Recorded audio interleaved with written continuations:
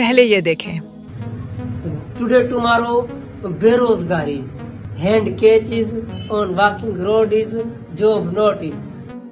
क्या आप भी इस तरह की इंग्लिश बोलते हैं? अगर हाँ तो परेशान ना हो, आप जैसे बहुत से लोग ऐसी ही इंग्लिश बोलते हैं। मैं आपको रोजाना इस्तेमाल होने वाले बुनियादी जुमले सिखाऊंगी, जिन्हें याद करके आप इंग्लिश ना बोल पाने की शर्मिंदगी से बच सकते हैं। वीडियो शुरू करने से पहले लाइक कर दें और कमेंट में लेवल लिखकर बताएं कि आप तैयार हैं। चलिए शुरू करते हैं। क्या आप बीमार हैं? Are you sick? Are you sick? मैं ठीक हूँ। I'm fine. I'm fine. कुछ कहो। Say something. Say something. इससे दूर रहो। Stay away from it.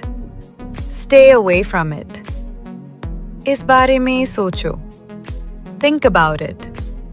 Think about it. मैं जाने ही वाला हूँ। I'm about to leave.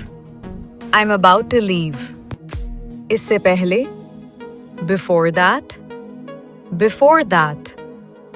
इसके बाद after that. After that. इसे पकड़ो। Hold this. Hold this. इसे कबूल कीजिए।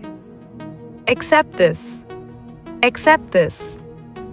वीडियो को शेयर कर दें और मुझे फॉलो करना मत भूलें। Thank you.